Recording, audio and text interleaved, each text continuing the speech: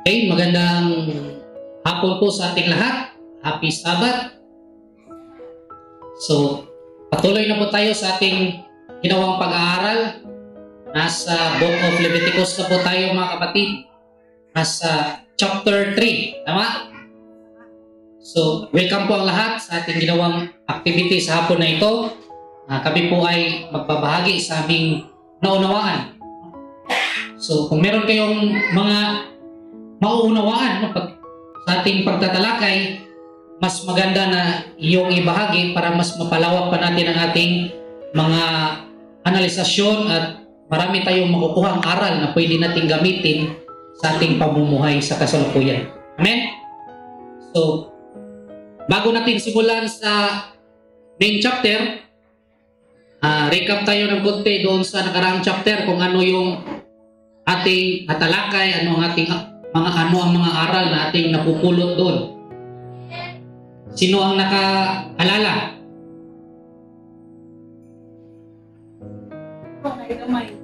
Yes, the stars.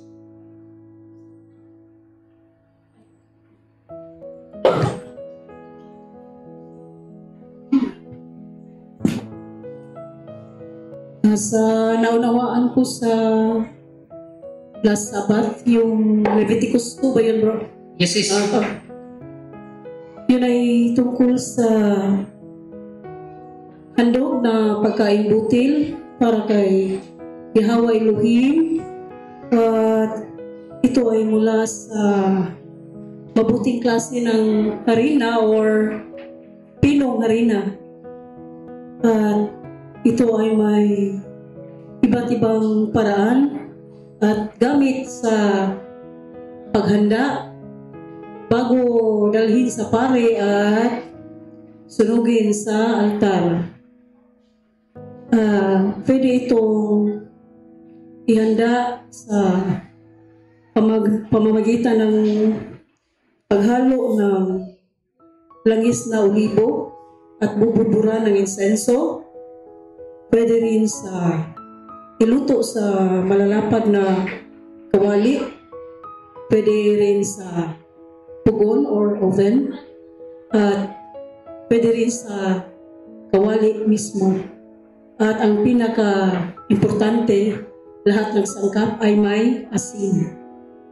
Amen. At ito ay inunawa natin ng praktikal para makuha ang mensahe na ibig iparating ni Moses na nakatago sa likod ng mga kagamitan at sangkap. At binigyan rin natin ng espiritual na kahulugan para lalo natin maunawaan. At sa pag-aaral natin ay lumabas na tungkol ito sa creativity of the mind or pagkamalikhaing isip.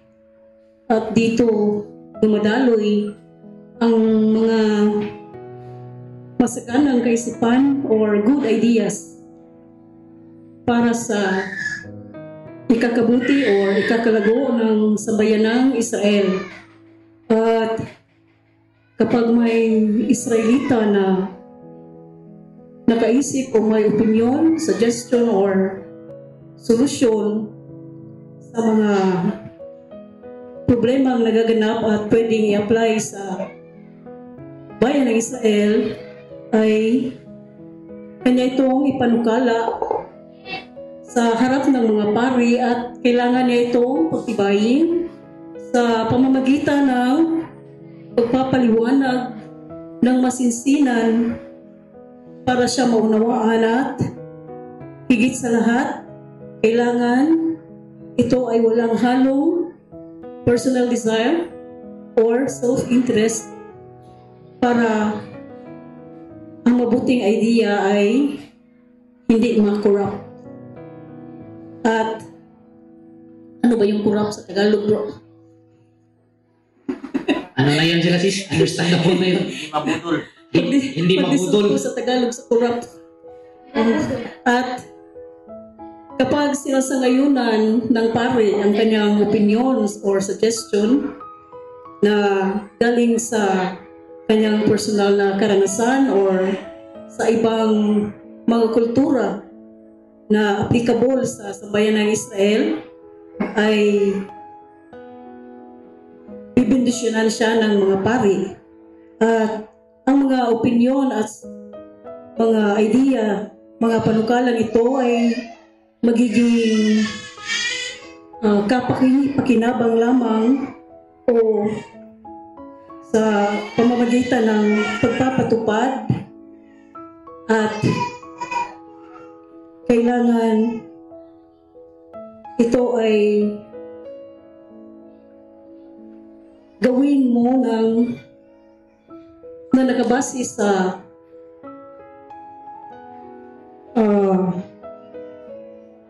patas, katarungan at may hustisyang pamamaraan, at ito ay tutuparin ng lahat at unang-una sa sarili mo para hindi ito maging walang saysay. Yun lang, bro. And maraming salamat, sisters, sa iyong ibinahaging aral doon sa ating nakaraang chapter. No? Sa aking naalala, kahit wala dito si Sister sa nakaraang Sabat, pero meron siyang aral kahit wala siya dito, ngunit habang siya ay nasa kanyang bahay, ay kanya itong napanood. So, maraming salamat. So, ang chapter 2, mga kapatid, ating ginawa dito ay inunawa po natin ito ng practical na pagkaunawa. Tama? Dahil kung hindi natin ito gagawin, wala po tayong, in short, wala po tayong makukuhang aral. Kasi kung babase tayo ng letra por letra na pagkaunawa, madali lang po itong gawin. Kasi ang chapter 2, yun po ay paghahandog ng pagkaing butil. Ang lahat ba pwede makagawa ng handog ng pagkaing butil? Pwede hindi? Madali lang ba gawin ang paghandog ng pagkaing butil? Literal? Madaling gawin? Literal? Madaling gawin? Hindi. Kung literal, madaling gawin yan. Kahit sinong tao makagawa niyan ng paghandog. Tama? So, kung sa pamamaraan ng paghandog ng butil, literal, o kakalugdan ka ng ama, madali lang po yung gawin. Kahit sino mang tao. Kahit yung taong iyon mabuti or tigpakaroon nun. Ano man tigpakaroon nun? O mapagkunwari kayang gawin yan kasi kukuha ka lang ng pagkain buti, kukuha ka lang ng harina, tapos hahaluan mo langis at insinso, tapos pagkatapos na ihalo, ay dadalhin mo na doon sa pari para ialay, ihandog. Tapos yun na. Yun na ang paraan para kakalugdan ka ng ama. Madali lang gawin, di ba? So, sa ating naging ginawang analisasyon, hindi po yun ganoon ang ginawa ni Moises kung paano niya itinuro ang kanyang pamamaraan sa pagsulat dito sa kanyang isinulat na libro. So, ngayon, nang ginamitan natin ito ng practical na pangunawa, gumamit po tayo ng analisasyon at malalim na kanang tawagan na understanding, no? Para makuha natin yung aral. So, yun nga, ang butil, pag mayroong butil, syempre mayroong ani. At pag mayroong ani, mayroong abundansya sa pagkain. Tama? Kung literal, mayroong maraming harina, silbi, maraming harvest. Tama? Sa spiritual naman, na usapin, mayroong itong kasaganaan dyan sa iyong kaisipan. Kasi ang taong may tunay na hangarin sa pagsunod sa kautusan, ibig sabihin, mayroon siyang maraming idea na nakukuha dahil malinis at talisay ang kanyang puso. So, ang butil ay ito po yung nabuong idea mula sa kasaganaan ng isip, no? Ng isang mananampalataya. So, yung pinong harina, ito po yung kailangan na may detalyadong paliwanag. Yung idea na ibinahagi o ibinahagi ng naghandog. Kasi ang naghandog dito mga kapatid, sa ating naunawaan sa buod ng aral dito sa chapter 2, ito po yung mga nasa pamunuan. Tama? Kasi kung ating i-relate dito sa kasalukuyang panahon, lahat ng gumagawa ng batas ay nasa pamunuan, nasa katungdanan. No? So, posible na itong mga taong ito sa panahon nila Moises ay mga nasa, kung sa kuan pa atong panahon karon, nasa kongreso, tighimog balaod. No? So, ang kanilang ginawa, kung meron kang idea na gusto mong isubmiti doon sa iyong nasasakupan o sa bayan ng Israel, kailangan mo itong ipalawanag ng detalye na kung ano ba ang pwedeng maidudulot ng idea iyan. No? Kasi hindi pwede na kahit nasa Congress ka na o nasa panunukulan ka, ay basta-basta na lang tatanggapin yung idea na i-propose. Hindi yun pwede. Kasi mayroon niyang proseso. No? Mayroon niyang mahabang proseso, pag-aaralan yan para matiyak at masiguro na ang idea riyan ay nakakabuti ba sa bayan. Amen? Amen. So, at itong taong naghandog, siyempre kailangan niya na ay mayroon siyang hindi dapat haluan ng libadura. Okay? Hindi po dapat haluan ng self-interest. Siyempre, kung ikaw ay nagsubmite o nagpropose ng isang idea, una, bago mo isubmite ito doon sa kongreso, siyempre una, naunawaan mo. Tama? Alam nga naman na nagpropose ka ng idea, tapos yung pinopropose mo, ikaw, hindi mo naunawaan. Paano mo madidipinsahan ang iyong idea na ibinahagi? No? Yun po ang sabi. Bago niya ihati doon sa pare, kailangan muna niya maunawaan yung kanyang idea na gusto niyang i-propose doon sa pare. Kasi yung pare, yun po ang magpa-final decision at pag-aaralan niya yung idea na ibinahagi. Kung ito ba ay karapat-dapat na maging sistema, maging konstitusyon ng bayan. Tama? So, at may dalawang klaseng dito. Lutuanan. Sabi ng lutuanan. Tagalog. Lutuan. No? Yung lutuan. Luto. So, yung sa pugon. No? Luto sa pugon at saka lawak na kawali. So, ang pugon sa English ito ay oven. So, siyempre, kung ang oven, kung ating itong iliteral na pagkaluto, kung meron kayong oven sa bahay, nagluluto kayo, no? Diba, yan, nasa loob. Tama? So, dito naman sa spiritual na usapin, siyempre, yung idea mo na i-propose mo, kailangan mong patunayan base sa iyong karanasan. Base sa iyong katas ng iyong experience. No? Para mas maging matibay na ang iyong idea ay subok na. Amen. Amen? Subok na kasi ikaw mismo, experience mo at nakakabuti sa iyo. So why not sa iba? Amen. Tama? So kaya luto sa oven. Ngayon, kung luto naman sa lapad na kawali, kahit hindi mo ito experience, no? Base ito sa iyong obserbasyon doon sa ibang tao na nakaranas. Obserbasyon sa mga kaganapan ay either lugar, tao, o kahit ano man, technology, ano pa man. At habang ikaw ay nag-oobserba sa mga iyan, mayroon kang aral na napupulot at binuo mo ito, nagbumuo ka ng idea para i-propose mo sa bayan para sa ikabuti ng lahat. Amen? So, yun po ang ating kahulugan. So, at kailangan i-preserve. Di ba? Kailangan lalagyan ng asin. Huwag kalimutan lalagyan ng asin. At ang asin doon, ito po ay preservation. No? Ibig sabihin, bakit natin pinipreserve ang isang bagay? Kasi may value.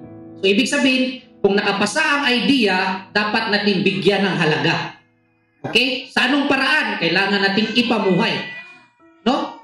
Kahit man naipasa na ang batas na iyan sa ating konstitusyon, ngunit ang ibang tao ay hindi nila ito binabalyo, hayaan mo sila.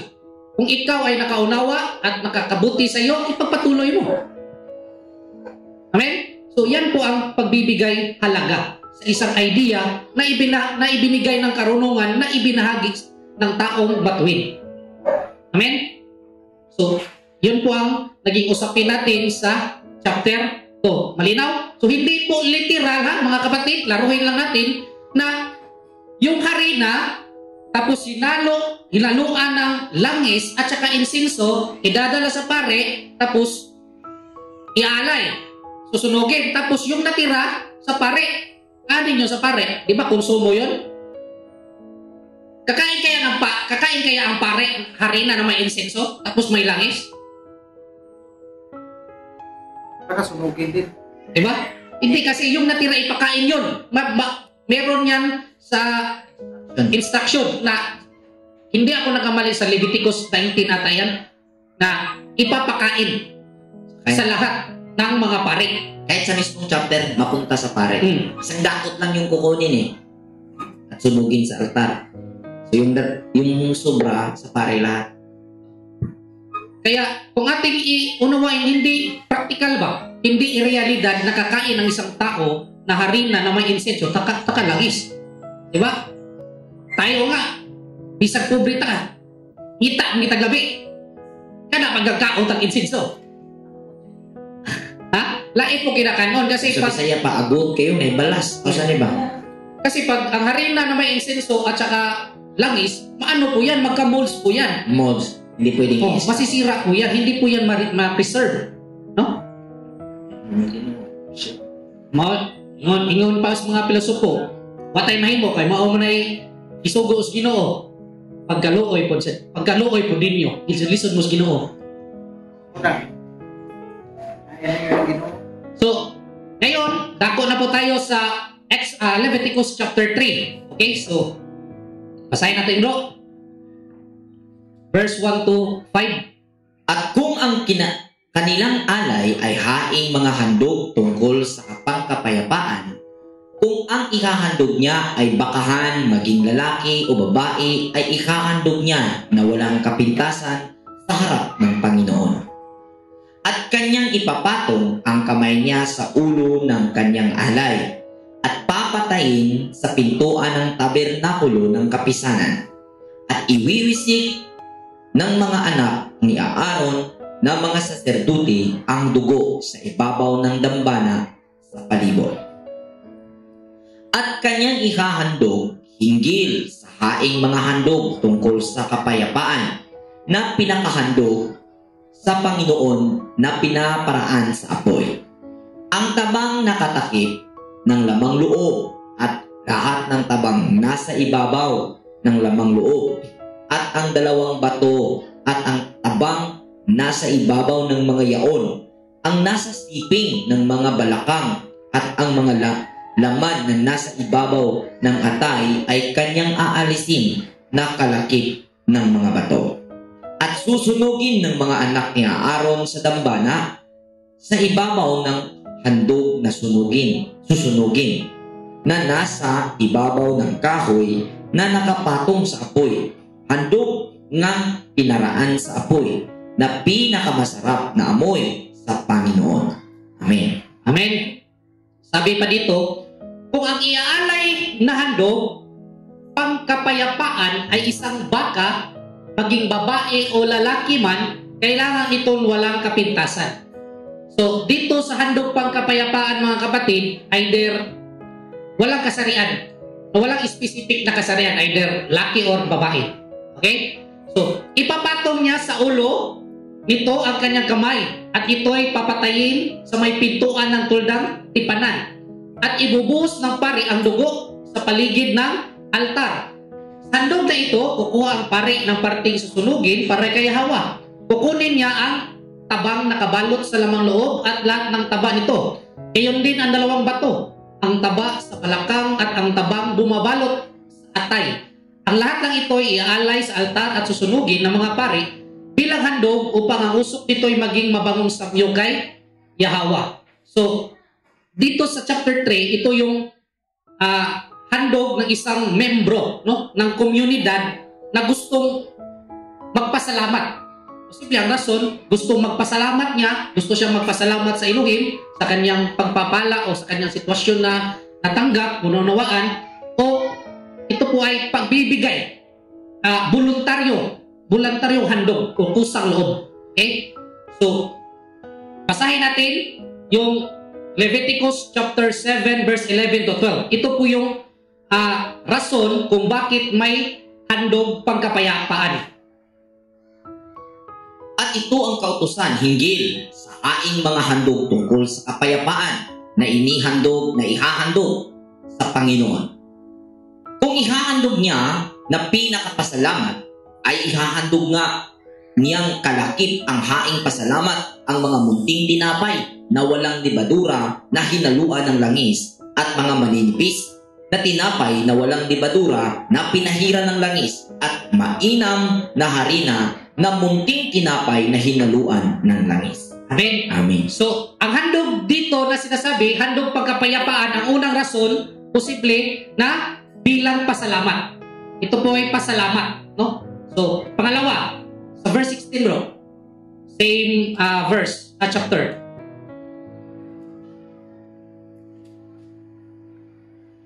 Ngunit, kung ang hain ay kanyang alay ay sa pagtupad ng isang panata, kusang handog ay kanyang makakain sa araw na kanyang inihandog ang kanyang hain at kinaumagahan man ay kanyang makain ang labis.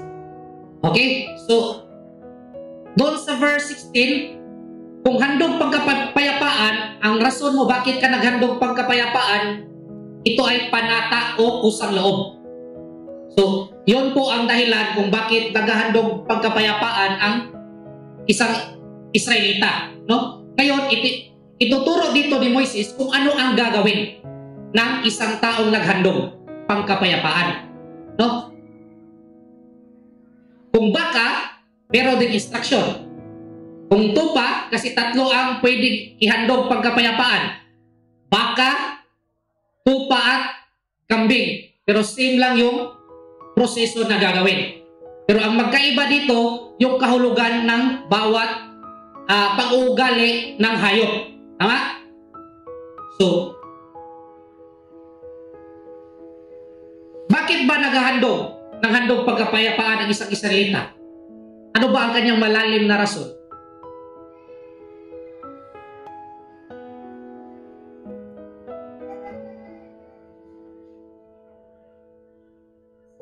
Bakit naghahandog pagkapayapaan ang isang Israelita? Ano ba ang kanyang lalim na rason? Bakit niya ito ginagawa?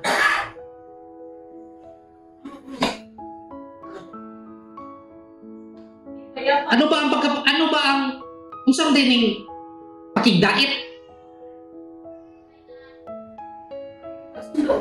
Unsang dining pakigdait? Basahan na to. Isaiah chapter 59 verse 8 para may bawa na to unsa ning pakigdait, unsa ning kapayapaan. Isaiah chapter 59 verse 8. Ang daan ng kapayapaan ay hindi nila nalalaman at walang kahatulan sa kanilang mga lakad. Sila'y nagsigawa para sa kanilang mga likong landas. Sino mang lumalakad doon ay hindi nakakaalam ng kapayapaan. Amen. Basahan ko sa Isaiah. Isaiah chapter 59 verse 8. Sabi ito, wala kamo makailag unsay pakigdait o mutamod sa hustisya. So ang pakigdait gay nagtumbok sa hustisya. So adunay hustisya, adunay pakigdait. So nganong wala man mutamod sa hustisya ang mga Israelita sa panahon ni Isaiah? Kaya naman, nagpakasala sila. Naghimo silang daotang mga buhat. Kung muhimo kag daotang mga buhat, aduna ba'y kalinaw? kalinaw? Siyempre wala. So, buot pasabot, simple nga analisasyon, ang pakigdait nagtumbok sa hustisya. So, bakit naghahandog ang isang Israelita ng handog pagkapayapaan? Ano ang kanyang malalim na rason? Siyempre, iginalang niya sa kanyang sarili, sa kanyang buhay, ang hustisya. Umiibig siya sa patas at makatarungang pamumuhay. Kaya inalay niya ito. Amen? Amen. So, saan ba natin mahanap ang kapayapaan? Yun ang tanong. Kasi lahat ng tao gusto kapayapaan. Lagi nga nagdadasal. Sana yung mundo magkaisa na. No? Ang tanong, saan mo ba mahanap ang kapayapaan, kapatid? Kasi gusto mo. Lahat ng tao gusto maging mapayapa. Amen? Kung gusto natin ang kapayapaan sa mundo, una, kailangan mo maging mapayapa dyan sa iyong sarili. Hindi mo yan mahanap sa labas. Ang kapayapaan, dyan sa sarili. Ang tao kay mangita man ka na adik ko dire kay gubot ato ko dito kay linaw. So, yung kalinaw, yung kapayapaan na inaasam ng tao ay depende sa lugar. Okay? So, yun pala ay hindi. Ito ay sa sarili. Amen. So, sabi pa kasabihan, no? When you find peace within yourself, you become the kind of person who can live at peace with others. Kung ikaw mismo naging mapayapa sa iyong pamumuhay, yung surroundings mo maging mapayapa yan. Pero kung hindi, siyempre, ganun, kung walang kapayapaan sa iyong sarili, imposible na mayroong sa iyong surroundings maging mapayapa. No? Amen. Ito pa. Ang kalinaw, wala magpasabot nga anaa sa dapit nga walay kasaba. O walay kasamo o kahago. Nagpasabot kini nga anaa sa taliwala ni adtong mga butanga. O kalmado gihapon sa imong kasing-kasing. Amen. Bisag naa ka sa kasamo, kagubot, kahago, pero nagpabiling kang kalmado diha sa mga sitwasyon. Kahit, Tagalogin mo kasi hirap. kahit pa nasa magulong lugar ka, outdated ba, sa syudad, kapayapaan ang pag-uusapan, hindi ito specific na doon sa mga, ano ba, sa yung bundok, dahil hindi doon nakabase ang kapayapaan, nasa gitna ito, sa pagitan. Yun yung sabi, Bro Alban. Amen. Galing yung translator ko. Okay, so yun po ang ating binigyan natin ng malinaw na i-expand ba yung bakit ang isang Israelita naghahandog pang kapayapaan. So para mas maunawaan natin kung ano ba ang kapayapaan o bakit ba niya ito naghahandog. Okay? So, ngayon, ito naman yung instruction kasi may instruction itong spiritual na instruction na gagawin, no, ng isang taong naghahandog. So, kukunin natin yung mga kahulugan nito. Kasi pamilyar na tayo dito. Yung baka. Strength and sacrifice. Ano nga yun? Strength and sacrifice. Ito yung lakas at sakripisyo. Okay. Next. Ulo. Ito ay matatag na desisyon, no? Or firm decision. Kamay. Direksyon. Susunod. Dugo. Dugo ay buhay. Okay? So may mga verse po tayong nilagay dyan. Kayo na lang ang magbasa. Fat. Taba. Ito ay abundance. Pagka-abundansya. Dalawang bato. So, emotional na balanse at panloob na karunungan. So, inner wisdom. Balance. Atay. Ito ay, sabi dito, warrior spirit. Ibig sabihin, kakayahang ipagtanggol at protektahan. Amen. Kasi kung sa literal na lawas natin, ito ay tig-filter. Diba? Sa mga toxin sa ating lawas. Diba? So, ito ay kakayahang ipagtanggol at protektahan. Okay? So, next. So, message, mga kapatid, ato lang usakon. Kasi iisa lang yung dito, proseso. So, sa verse 6, sabi dito, kung tupa o kambing ang handog, pangkapayapaan, maging ito'y lalaki o babae, kailangan ito'y walang kapintasan. Kung tupa ang handog ng isang tao, ito'y dadalhin niya sa harapan ko. So, same lang, ipapatong sa ulo, ang kanyang kamay, tapos ibubuhas ng pare ang dugo sa altar, tapos kukunin ang taba, 2 bato at saka atay. Same lang yung proseso. Okay, ang kaibahan lang yung hayop, unsang klaseng hayop. So, tupa. Ano ba itong tupa? Fearlessness and bravery. Kawalang takot. Kaisog. So, ulo, matatag na desisyon. Kamay, direksyon, dugo, ito ay buhay, fat, abundance, 2 bato, emosyonal na balance at panloob na karunungan, atay, kakayahang ipagtanggol at protektahan. Okay, next, kung kambing naman. So, same lang din. Ipapatong niya ang ulo, ito ang kanyang kamay. So, ang dugo, ibubuhos sa altar. Tapos, ang taba, kukunin. Ang 2 bato, ang kidney, at saka atay, yung liver. So, same lang. So, lahat ng ito'y ibibigay niya sa pari at susunugin sa altar bilang pagkain handog upang ang usok nito'y maging mabangong samyo kay Yahweh. Lahat ng taba ay kay Yahweh. Ito ang tuntuning sundin ninyo habang panahon saan kayo naroroon. Huwag kayong kakain ng taba o dugo. Unsa man unsa ba'y buot pasabutan ni Maison? Ano ba ang ibig sabihin dito? Huwag kayong kakain ng taba o dugo. Ha? Anong dili man ipakaon? Unsa ka ditong taba? Dili day maayo ang abundance. Ha?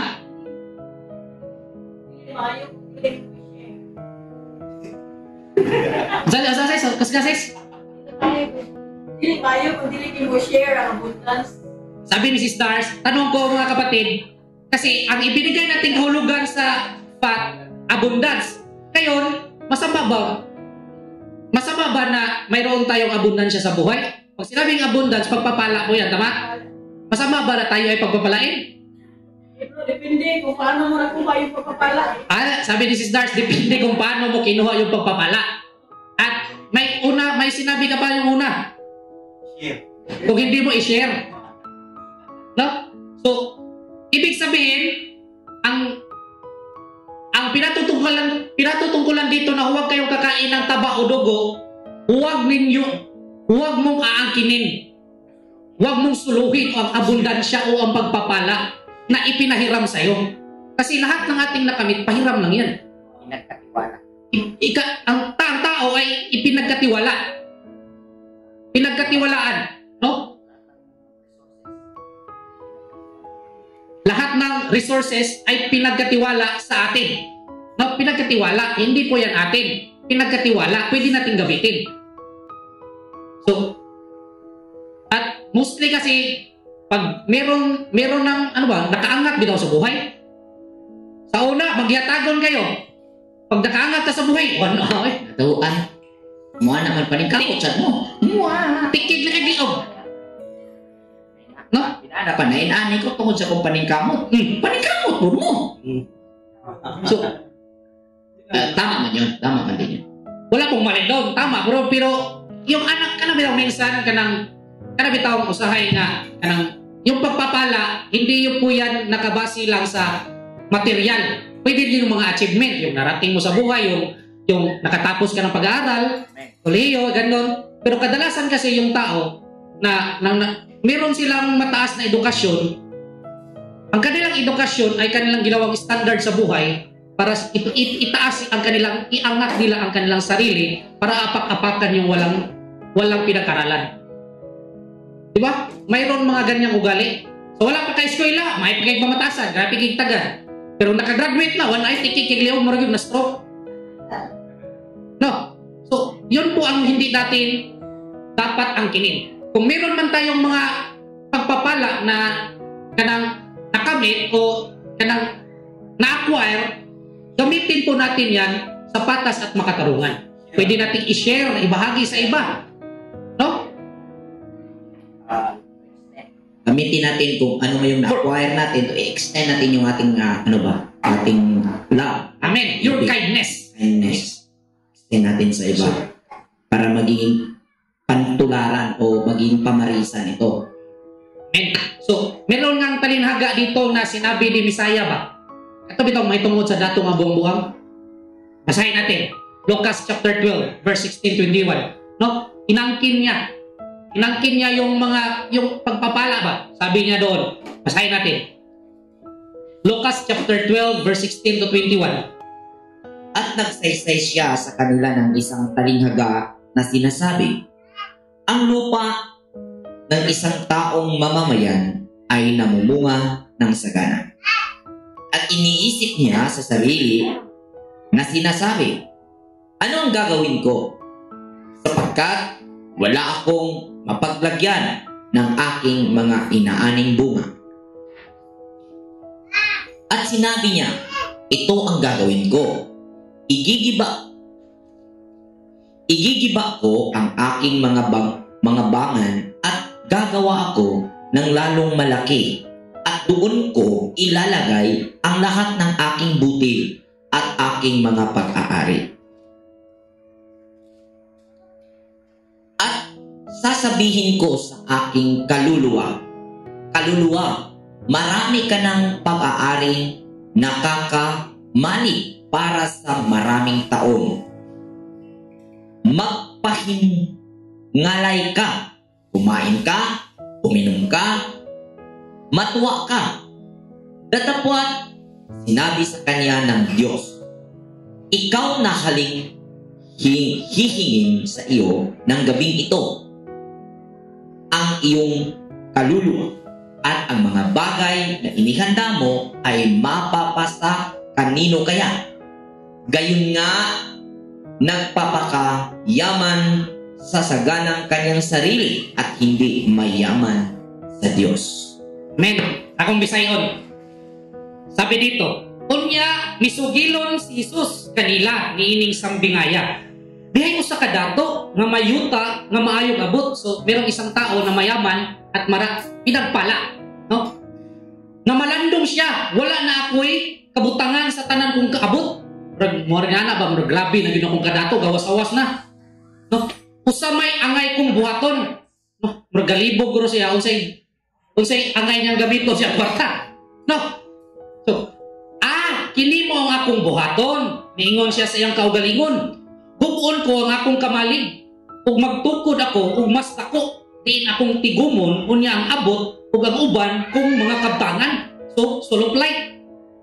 Isulor gini iyang kabtangan. Unya, moingon ako sa akong kaugalingon. Pagkabulahan nimo. Anaa kanimo ang tanang mga butang nga imong gikinahanglan alang sa daghang katuigan. Pagpahayahay na lang kaon, inom o paglipay. So, ang iyang i-advise sa iyang rabong kaugalingon, no? Sa mga kabtangan nga iyang abot. So, ana din Ginoo.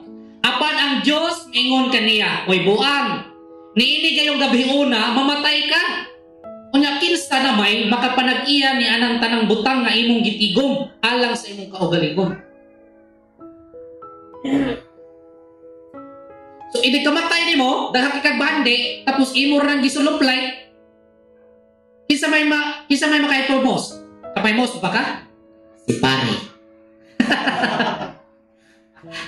Kung unsa ta pagkahimugso, kung pagkahimugso na to din kalibutan na wala tay dala, mausa ba nga tong pagkamatay sa lawas. Amen. Kung sa'y kapuslanan nga magtigom kag bahandi, kung wala ni mo gamita, ngadto sa matarong nga paagi. Walay kapuslanan, no? Ano ang saysay ng iyong pag-iipon ng mga yamang makasindibutan kung hindi mo ito gagamitin sa makatarungan sa mabubuting paraan? Amen.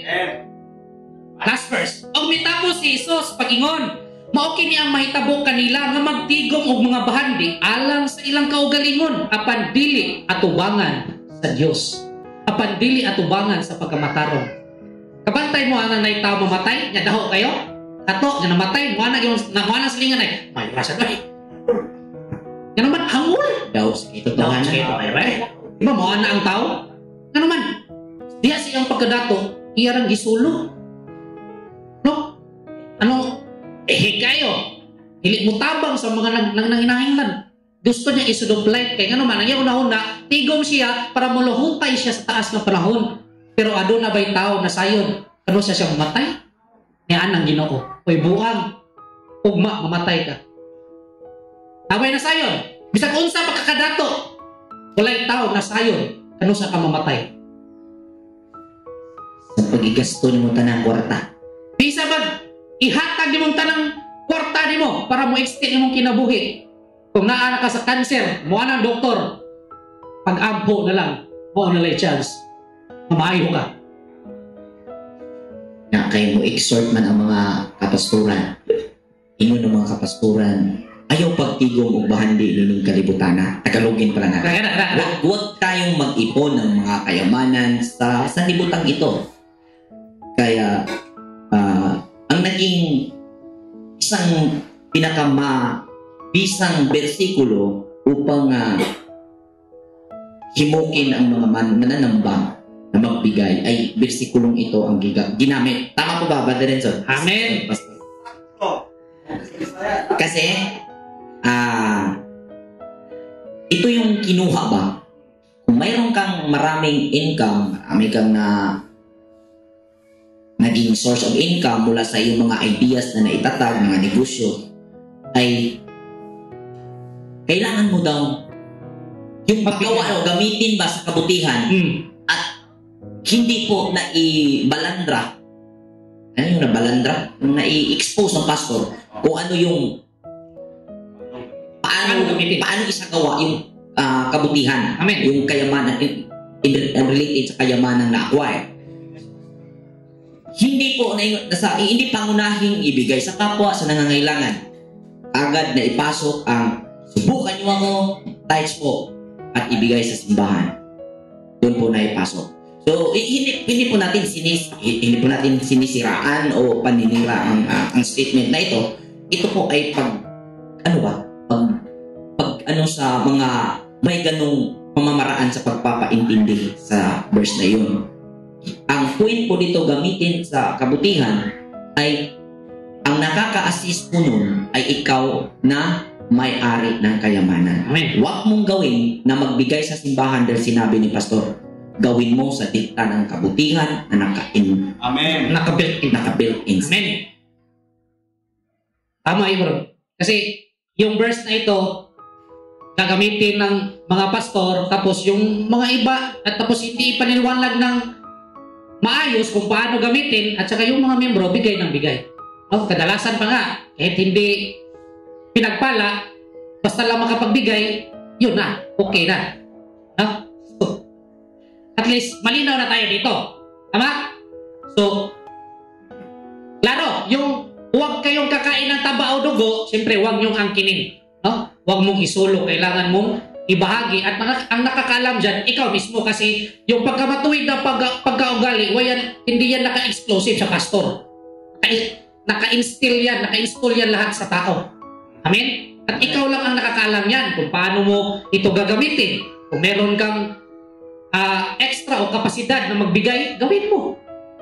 Hindi yung nagbibigay ka na nagbibigay, tapos yung sarili mo, pinapahirapan mo. Hindi po yun tama. Wala pong hustisya niyan. Okay? So, kambing. So, itong kambing, balance and adaptability and resilience. So, ulo, matatag na desisyon. Kamay, direksyon, dugo, buhay, path, abundance, dalawang bato, emosyonal na balansi at panloob na karunungan, atay, kakayahang ipagtanggol at protektahan.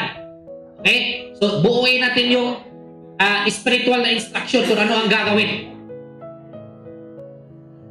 So, itinuro dito ni Moises na kung ang isang Israelita ay gumawa ng handog tungkol sa kapayapaan, ito ay alinman pasasalamat, panata o isang kusang loob na handog, ang nag-aalay ay dapat niyang gamitin ang karakter ng baka. Pag sinabing karakter, pag-uugali ng baka, kambing o tupa. So ito yon, upang magkaroon siya ng matatag na desisyon, no? Na panatilihin, panindigan at panghawakan ang kapayapaan na kanyang ibinahagi, anuman ang direksyon ng mga pagsubok sa buhay na kanyang mararanasan. Dahil ang pagbibigay ng iyong buong kapasidad na gawin ang tama ay maghihikayat sa iba na sundin ang ganitong uri ng estado ng pamumuhay. Upang higit na maging mabunga ang mga hangarin, kailangan isabuhay ang mga aral na ibinahagi ng mga pare bilang ginagabayan ng espiritu ng kabutihan, nang sa ganoon magabayan ang sarili sa pagbalansi ng emosyon at paggamit ng karunungan sa loob bilang maging tagapagtanggol at proteksyon laban sa mga posibleng pag-aatake ng mga kaaway o pag hindi humantong sa labis na pagmamalaki o labis na paghanga sa sariling naabot. Atong bisayon.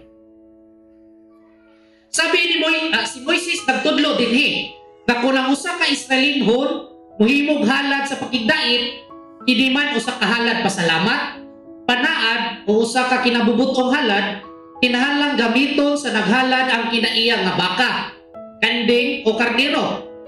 Aron aduna siya lig-on nga desisyon sa pagpadayon, pagbarog o paghupot sa kalinaw nga iyang gipaambit, bisan unsa pa man ang direksyon sa mga pagsulay sa kinabuhi nga iyang pasinati. So kinalang lig-on huktan kay basin niya daghalad-halad ka dito, daghalad-halad ka ani, halas kigdae tapos bugsok ra dito sa damdamin. Naara ka sa kalipay ba? Grabe kayo mong isagpit, halad ko pagkapayapaan kay grabe papapala. Pagkatapos yang anaas pagsuway sa kalisod, puro nakagubot ng sinati. Anak bro, may pag-uunahan na ito na, nakapagkwarta ron. Di ba? Mahay ba? Mahay. Pag mahay na noon, no? Dili mapindigan. Nga naman kay naghalad ay naarday sa bugsok ng damdamin. Grabe taas yung intense ay kalipay ba? Nya. Diya sa kalipay, usahay na ba? Makahimot ang promise. Kabantay mo, kanang grabe kay kayo matwid kalipayon. Sa promise ko, manaan ko. Handog pagkapayapaan. Grabe kay kalipay. Pagkahuman, pagkasinati o lisod nga sitwasyon, wala na. Minhoy na. Ay pagwa ko naghalhala na. Insik na insik, minhoy. So, dapat mo unawa, kinanglan, masabtan ka nung naghalag ka na. Mas mabuting, kaya nang nasabi na natin ng maraming bisis, nagsagawa tayo ng desisyon sa buhay, ay nagkaroon ng clarity kung ano ang epekto at ano ang magiging kahahantungan sa nakapaligid. Amen. Sa to, tungod kay ang paghatag sa imong bugos nga kapasidad sa pagbuhat og matarong, makapadasig kini sa uban sa pagsunod dining matang sa estado sa pagkinabuhi. So ibig sabihin, kahit na makaranas ka ng mga ups and downs sa buhay, pero kanang sa English pa ba nga imo yung gihatag imong the best para mabuhat og matarong, makapadasig ni sa uban. Kana dok bisog-bisog yung sitwasyon, padayon mo gyud diyan. Mahimo kang inspiration. Nana ba? So, aron ang mga panghandoy mahimong mas mabungahon, gikinahanglan nga ikinabuhi ang mga pagtulunan nga gipaambit sa mga pare ingon nga gigiyahan sa espiritu sa pagkamatarong aron magiyahan ang kaugalingon sa pagbalansi sa mga emosyon. Dias kalisod, babalansi gyapon nimo kay ano man. Naa may mga inspiration message nga tumadunggan sa ubang tao. Sa atong kaugalingon, no? Makapadasig. O paggamit sa sulod nga kaalam, ingon nga mahimong tigpanalipod o proteksyon batok sa mga posibleng pag-atake sa kaaway. Kinsa man kaaway dire? Mga Jebusay, Periseo, Hiteo, di ba? Kaya usahay na ba kung ang tao pag umangat na, sus, buandar din yung mga kaaway. No? Aron dili mo saktot sa sobrang nga garbo o sobrang nga pagdaig sa kaugalingon nga mga kalampusan. Kung makalampos na, mada doon, mayuha yun ako Grabe yun. No? Okay man, may ganun. Ang sabi, hindi mo sobra. Sobra. Kailangan din i-recognize natin yung ating masakit. Kasi yung uban, too much humble, wala na bro, pero grabihan na din. Boastful na. Hambog na din itong pag-ag. Bantayin na ito na, Wingson. Kailangan natin maging ano po dyan. Kung ano yung parangal na dapat sa sarili natin, bigay natin. Amen. Recognize natin. Ano yung nararapat na parangal para sa sarili natin, bigay natin. Amen. Bless natin sarili natin. Pasalamatan natin. Wag lang sobra. Huwag sobra. Yung ganahan juga, ilhon juga maayo. Ganahan juga nga special treatment. Nga na ba? Masubraan. Sa tawag na, deprive. Self-deprive. Oo. Yung pagpapala na karapat-dapat sa'yo, hindi mo yung tanggapin, self-deprive po yan. So, kailangan mo tanggapin kasi nararapat yan para sa'yo. Pero, hindi yung sobra. Na mangita ka juga glain ba? Kailangan juga nga. Kuwangan ka ba? Kuwangan ka. Ay, igugugkuhan niya. Mas trabaho. Papasip-sip juga maayo. No? Yung mga extra nga kanang buhat ba nga dili kikitahanglan ba? Kana ba mo ingon kasi mo kagalingon ba nga? Uy, dili man ni angay ni sa kuan ni trabaho Kay hindi man ito bagay sa akin. Kasi ano man ako? Overqualified. Parang ganun ba? Kasi di ka parang may hinahanap kang posisyon kung saan mo ilalagay ang iyong sarili dahil ang napasihan mo yung na-acquire mo. Amen.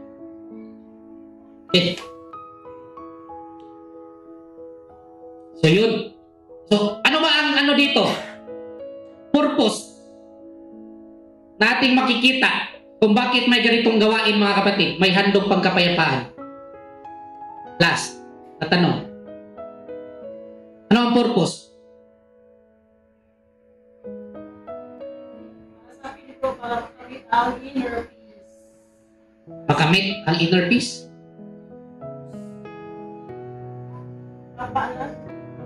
Paalala? So, kuminting. No? Nindot mo ginanayin mong celebrate. No? Makapadasig sa uban. So, kaning selebrasyon sa handog pagkapayapaan, posible itinataon ito sa mga kapistahan. Okay? So, yun ang nakalimutan kong sinabi kanina na posible itataon ito sa membro ng community doon sa kapistahan. No? Para kung maghandog dito, siyempre kung baka ihandog, kinsa may kaon. Ikaw ra. Pare. So, kung during kapistahan, daghan mga kaon. Yun nga, kanang yung mga tao din nakapaghanda na pupunta roon at may pagsasaluhan. Amen. May nabasa na ako, hindi ko lang maano kung comment iyon o ay nasa Deuteronomy, hindi ko matandaan yung exact chapter at verse. Sinadya ng Panginoon na mayroong mahirap, mayaman sa sa komunidad ng Israel upang makita ang pagsunod. Amen. Yung mayaman, mag-duty siya bilang mayaman. Isagawa niya ang kabutihan bilang mayaman. At yung pobre naman ay isagawa niya yung kanyang pagsunod sa kabutihan sa posisyon bilang wala. Sa ganun pong paraan, magiging maisagawa po yung sinabi kanina sa binasa sa Isaias, huwag mo kasayo doon sa ipakintay. Amen. Magmaano po doon ang kindness. Dili ba nga kanang ang mga pobre nainganyo sila sa mga mayayaman at nagkautang-utang na hinoon kay maghanda sad. Oh. Diba? Hindi na. Ang pobre, mo ang siya as pobre. Ang dato, mo ang siya na dato.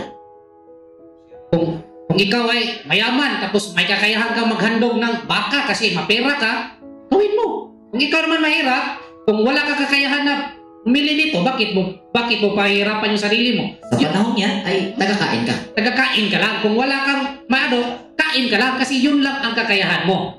Yun na yung pagsunod mo. Yun na yung pagtupad mo.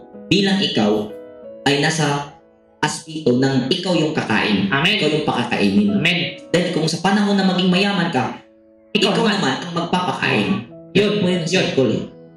Kuan ba kanang vice versa ba? Give and take. Diba? Nindot kayo, no? So, ang purpose na bakit may ganitong gawain, posible for prevention. No, kasi pasasalamat. So bakit nagpapasalamat siya? Para makita naman ng iba na ang kanyang kapayapaan naranasan ay matatamasan din ng iba. No? So, nagkakaroon ng prevention na hindi ng gulo. No? So, aside from that, reconciliation. Kasi may panata ay pusang loob. No? Reconciliation sa mga alitan. No? Kailangan, siyempre, pag ikaw ay naghahandog pagkapayapaan, dapat sinisir ka. Hindi pwede yung kanang sana nagtipagkaroon ignon na ka ba? Kay mailhan mga anak. So, butahan mga anak sa panahon, mabalik ra gyud na nimo. Dapat sinisir gyud ta sa atong gibuhat kay mapil mo gud mo ang vibration, ang energy sa usa ka tawo nga dili sincero. Sakto dili naman ako makapila na. Mabantayan na bro. May mga way of paghatag na kanang kalmado siya pero hambog na di ay. So, wag po nating hatulan yung madaldal na nagbibigay dahil hindi po natin nakita ang kanyang yung dalisay ng intensyon. So, hayaan natin ang panahon ng huhukom. So, mayroon ding mga nagbibigay na mahinahon yung aura pero ano na pala, deep inside ay pagmamayabang pala. So, hayaan natin ang Panginoon ang hahatol sa pamamagitan ng pagiging resulta dahil kung ano yung kanyang itinanim, yun ang ibibigay ng Panginoon. Amen. Klaro? So, dito po, may tanong kayo dito sa Leviticus chapter 3 patungkol sa handog pang kapayapaan. Nindot kayo ba kay sa uban ani more Thanksgiving? Tama ba? Kasi practice naman sa Katoliko palang daan. No? Practice na daan. Even sa US, practice man sila Thanksgiving in a year. I don't know sa Philippines kung nag-practice ba sila Thanksgiving yearly, once a year. Pero sa simbahan, Pasko, bro. Hindi pa na-emphasize. basin sa Pasko, Pero na. yung Pasko, yun ang essence. Ano ko na Thanksgiving, nila, celebration. So, yun. Klaro? Wala nang dagdag, tanong? Amen? Okay, so dito po nagtatapos ang ating pag-aaral sa Leviticus chapter 3. Happy Sabbath. Shalom alaikum. Shalom alaikum.